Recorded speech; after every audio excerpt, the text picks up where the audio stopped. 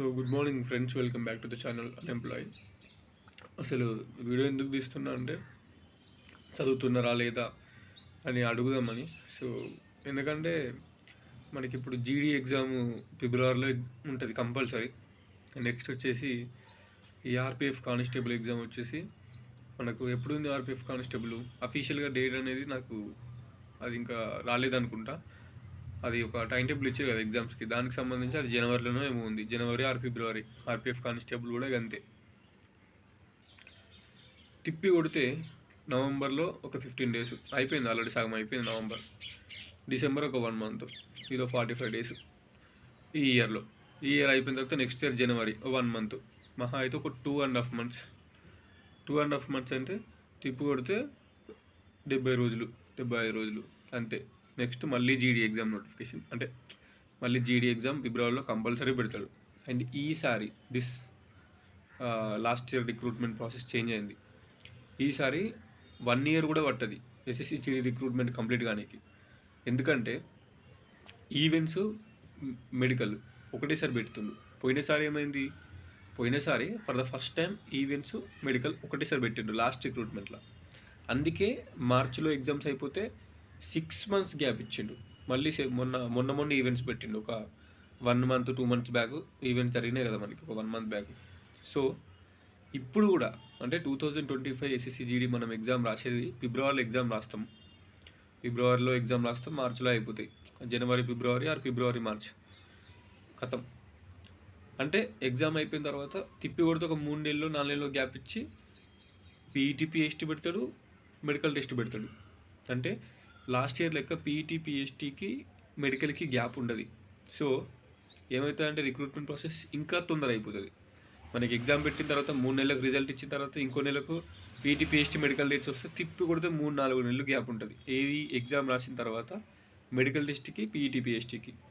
So exam మనం ఈ ఉన్న 2.5 monthsని గట్టిగా యూజ్ చేసుకుంటే, చెప్తున్నా ఎగ్జామ్లో కంపల్సరీ నేనైనా కానీ మినిమం 40 questions మీదనే. హాఫ్ క్వశ్చన్ పేపర్ 80 questions ఉంటే 40 questions పెడితేనే మనకు job.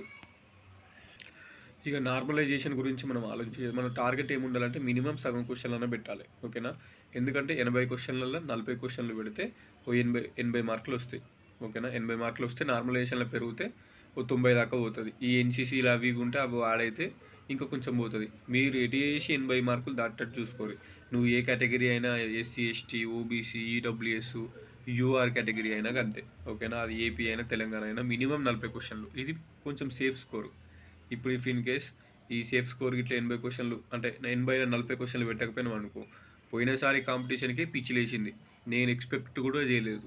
OBC cut off last year notification, అంటే మొన్న కంప్లీట్ అయిన నోటిఫికేషన్కి అంతకుముందుకు నోటిఫికేషన్కి 2023 నోటిఫికేషన్, ఇప్పుడు మొన్న ఇంకా రిజల్ట్స్ రాలే, దానికున్న అంతకుముందు నోటిఫికేషన్కి 20 మార్కులు డిఫరెన్స్ ఉంది. 57 ఏమో కట్ ఆఫ్ ఉండే, అంతకుముందుకు 57 ఏమో ఉండే. ఈసారి మొన్న జీడీ రిక్రూట్మెంట్లో 77-78కి ఏంది, అది 20 మార్కులు, ఆల్మోస్ట్ 20 మార్కులు పెరిగింది కట్ ఆఫ్. ఎవడు ఎక్స్పెక్ట్ కూడా చేయడు. నేనైతే ఈజీగా ఎగ్జామ్ క్వాలిఫై అవుతా అనుకున్నా. 0.2 తోటి దొబ్బింది. 20 marks లాస్ట్ రిక్రూట్మెంట్కి ఈ రిక్రూట్మెంట్కి సేమ్ జీడీ నోటిఫికేషన్ 20 మార్కులు కట్ ఆఫ్ పెరుగుతుంది అని ఎవడన్నా ఎక్స్పెక్ట్ చేస్తాడా? ఇన్ని యూట్యూబ్ ఛానల్స్ చూసాను నేను కూడా, ఒక్కళ్ళు కూడా కట్ ఆఫ్ మరీ ఆ లెవెల్లో 20 మార్కులు పెరుగుతాయని ఎక్స్పెక్ట్ కూడా చేయలేదు, ఓకేనా. ఈ ఇయర్ ఈ నోటిఫికేషన్ ఫిబ్రవరిలో మనం రాసేది కూడా అన్ఎక్స్పెక్టెడ్ ఉంటుంది. ఎందుకంటే everyone, not only you, not only me, మనం కాదు, బయట చూస్తున్న కాంపిటీషన్ హెవీ కాంపిటీషన్. ఓన్లీ జీడీ కోసం లాంగ్ టర్మ్ కోచింగ్ తీసుకొని మరీ ప్రిపేర్ అవుతున్నారు. ఇక మనం డిగ్రీలు పీజీలు కంప్లీట్ చేసుకొని ఆ జీడీ ఎగ్జామ్కి కోచింగ్ తీసుకున్నాడు అంటే ఇట్స్ ఫైన్, తీసుకుంటే ఓకే. బట్ తీసుకోకున్నా కానీ మనం ఎట్లాగో లాస్ట్ 2-3 years నుంచి ఈ ఫీల్డ్లోనే ఉన్నాం కాబట్టి ఎగ్జామ్ క్వాలిఫై అవుతాం చదివితే. మనం టెన్షన్లు పెట్టుకుంటే ఈ హెయిర్ ఫాల్ కూడా అవుతున్నాయి, ఓకేనా. ఎట్లయితుంది అని. ఆర్పిఎఫ్ కానిస్టేబుల్ కట్ ఆఫ్ అది 90 మార్కుల మీదనే ఉంటుంది. అది దానికోసం ఆ అర్థమెటిక్ రీజనింగ్ ప్రాక్టీస్ చేసి చేసి చేసి చేసి పిచ్చిలేస్తుంది. అది జిఎస్ ఉంటుంది 50 మార్కులు, అందులో ఇంగ్లీష్ ఉండదు, ఏముండదు. సో నేను చెప్పేది ఏంటంటే కొంచెం ఫోకస్ మ్యాథ్స్ మీద ఎక్కువ పెట్టరు. ఎందుకంటే 80 questionలలో మనకి 40 questions మ్యాథ్సే వస్తాయి, ఓకేనా. అంటే 20 అర్థమెటిక్ రీజనింగ్ ఎస్ఎస్సి జీడీలో. ఇప్పుడు ఇక్కడ చూసుకుంటే ఆర్పిఎఫ్ కానిస్టేబుల్ 120కి 70 క్వశ్చన్లు అర్థమెటిక్ రీజనింగే, 35+35. అందుకే కొంచెం మ్యాథ్స్ మీద ఫుల్ ఫోకస్ పెట్టుర్రి. రీజనింగ్ ప్లస్ అర్థమెటిక్ విపరీతంగా ప్రాక్టీస్ చేయాలి. ఆర్పిఎఫ్లో 70 మార్కులు వస్తే ఇందులో సగం క్వశ్చన్ పేపర్ అదే వస్తుంది, ఏది ఎస్ఎస్సి జీడీలో. And remaining Telugu medium background వాళ్ళు కొంచెం ఇంగ్లీష్ మీద ఫోకస్ పెట్టండి. ఇంగ్లీష్ మీడియం బ్యాక్గ్రౌండ్ వాళ్ళు ఎంతో కొంత ఇంగ్లీష్ అయితే పక్కా పెడతారు. మరి ఫుల్ మార్క్స్ పెట్టకపోయినా ఎంతో కొంత ఇంగ్లీష్ అయితే ఇంగ్లీష్ మీడియం వాళ్ళు పెడతారు.